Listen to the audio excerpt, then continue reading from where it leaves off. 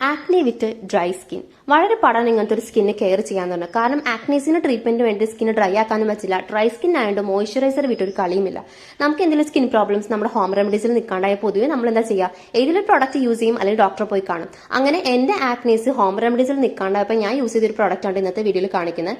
എനിക്കിത് യൂസ് ചെയ്തിട്ട് നല്ലപോലെ ആക്നീസ് കുറവുണ്ട്. പിന്നെ എന്നെ പോലത്തെ ഒരു സ്കിൻ കണ്ടീഷനുള്ള ആൾക്കാരാണെങ്കിൽ നിങ്ങൾക്ക് ഇത് ഉപകാരപ്പെട്ടാലെന്ന് വിചാരിച്ച് ചെയ്യുന്ന ഒരു വീഡിയോ ആണ് കേട്ടോ. ഇത് സെബാലക്സിന്റെ ഒരു ഫേസ് വാഷ് ആണ്. ഇത് അത്യാവശ്യം മെഡിക്കേറ്റഡ് ആയിട്ടുള്ള പ്രോഡക്റ്റ് ആണ് കേട്ടോ. എനിക്കിത് യൂസ് ചെയ്തിട്ട് ആക്നീസ് നല്ലപോലെ കുറവുണ്ട്. ഇതൊരു ക്ലേ ടൈപ്പ് ഒരു ഫേസ് വാഷ് ആണ്.